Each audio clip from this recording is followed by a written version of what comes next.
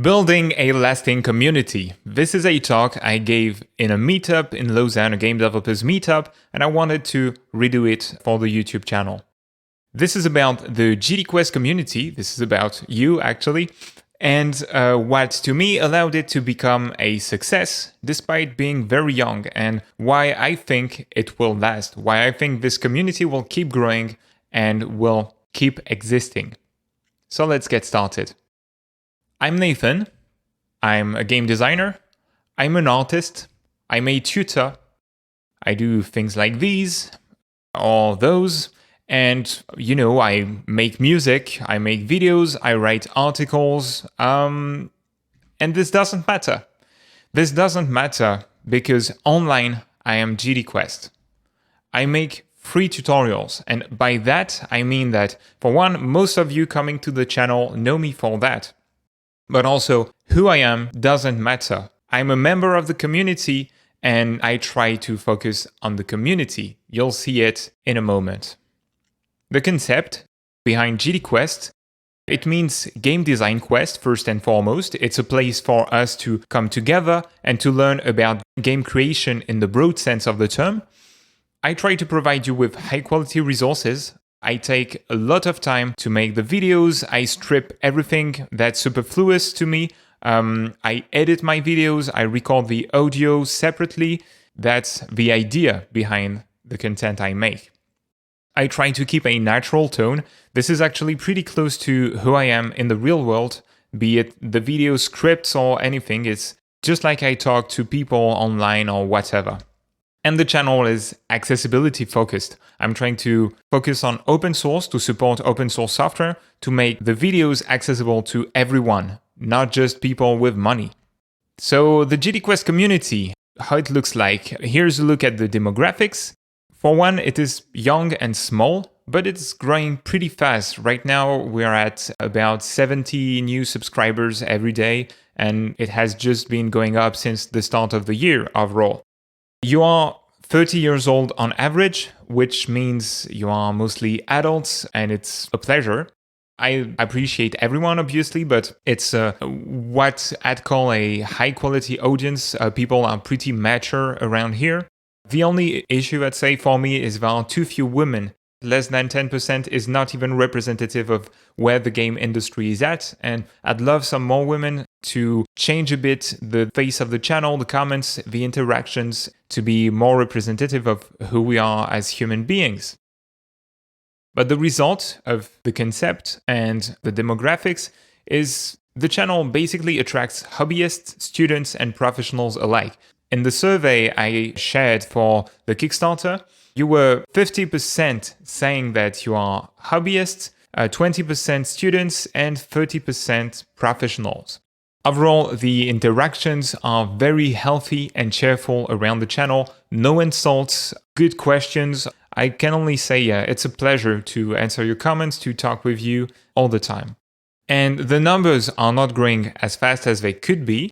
That's the nature of a channel where you focus on quality. We'll see it in a moment.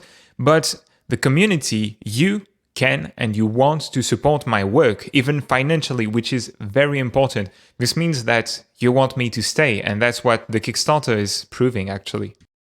So thanks to you, I must say I'm free. But not as in free beer, as in freedom. That's independence. I can call myself independent. Thanks to you. Yeah, thanks a lot. So the lessons, what did I learn from this experience? About 10 months running the channel. About communication first. Marketing and the state of the gaming industry. I've heard a lot of things. I read a lot of things on Gamma Sutra. I went to GDC Vault and went around the web to find as much information as I could. Online, you'll find some valuable information, but it's surrounded by a lot of bullshit.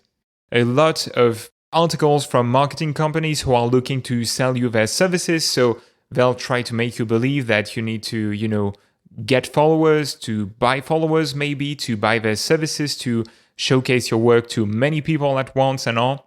Some completely forget or try to have you completely forget about the human beings behind the numbers. A community works the other way around. You only think about the people and you don't think about the numbers as much. So my advice for this, for creating a lasting community, is to find your own path. It's very important. Stay true to yourself.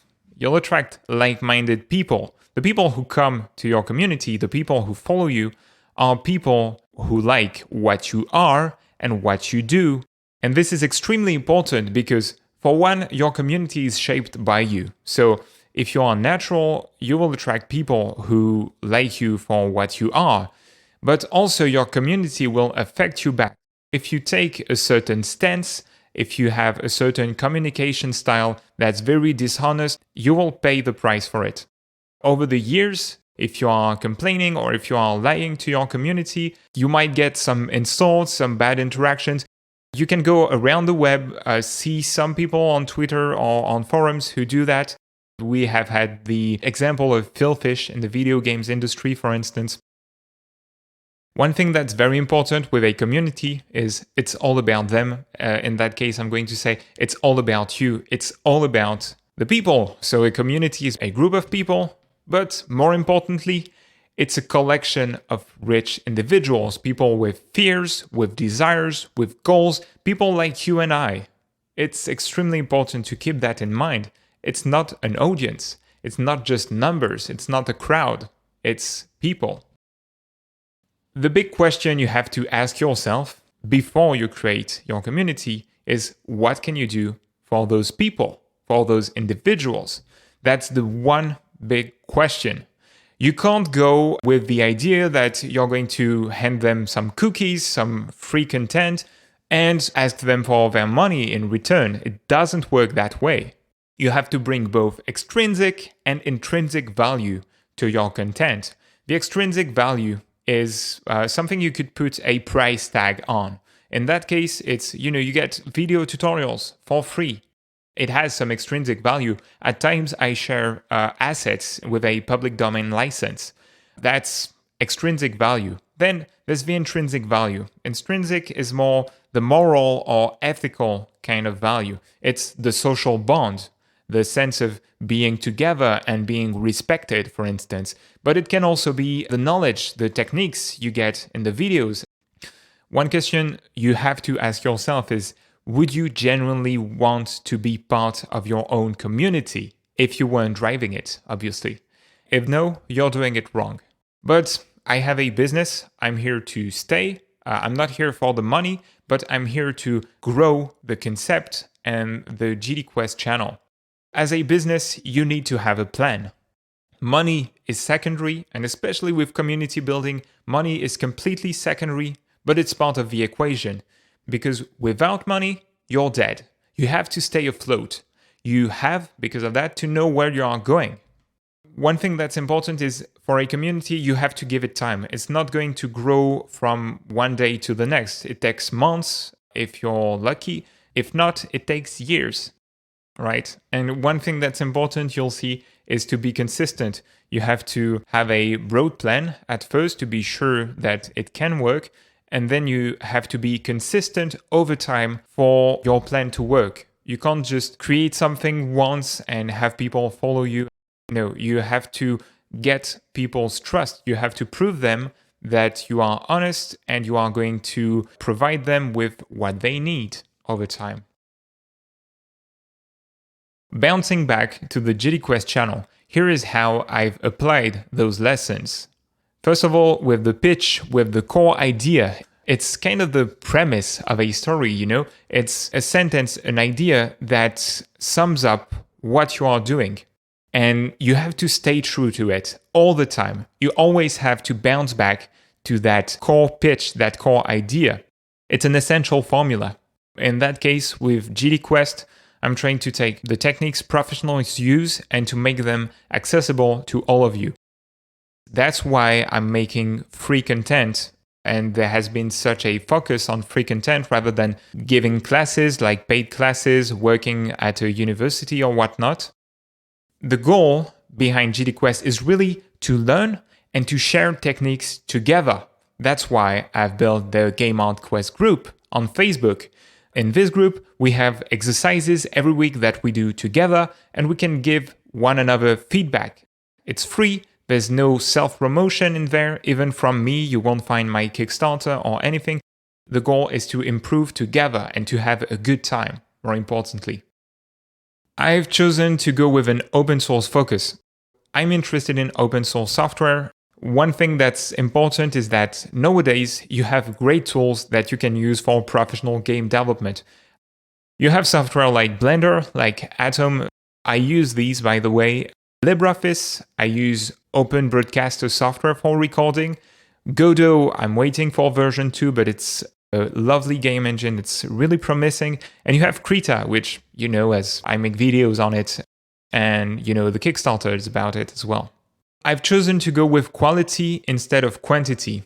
This will change the type of people who follow the channel because I'm limited in the amount of content I can do. It takes a lot of time to do every single tutorial, but that's what I want to do. It's written scripts on the GDquest channel, separate audio and video recording, which I edit together afterwards, and I strip everything down to the essential. That is, I cut parts when, I won't keep everything I've said. I'm going to edit and cut the parts that are superfluous, as I said before. There is almost no live recording, which is going to change. I'm going to try to mix in some more natural videos, try to get the best of both worlds. But yeah, the content is slower to create, but it pays off in the long run because it makes your reputation. Sometimes I go out, I get to talk with people, or I get a message from someone telling me, I saw your stuff online and it's very good.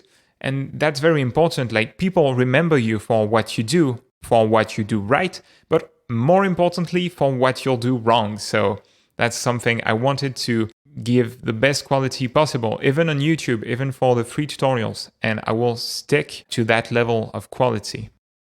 One thing that's essential and that has been critical in GDquest's success was consistency.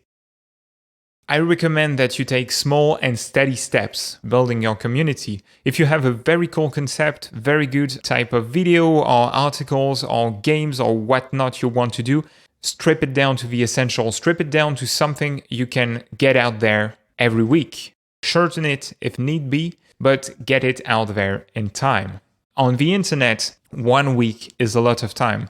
You have to release something on a regular basis if you want people to learn about you, to follow you, because if you want people to remember about you and to get used to coming back to you, you do have to create things at a constant pace. You do have to get into a habit of releasing the videos in time, for instance. And more importantly, you have to enjoy it. I've enjoyed creating the videos, and I'd say that you, the community, the people, have gotten me to create the videos even when I was tired, even if I was not motivated at times to do them. You are a source of daily motivation to keep me going. There are a few experiences like it. You have friends, family in life, love. I think the community is just as big. And that said, I'm gonna say be creative, have fun, and see you in the next video.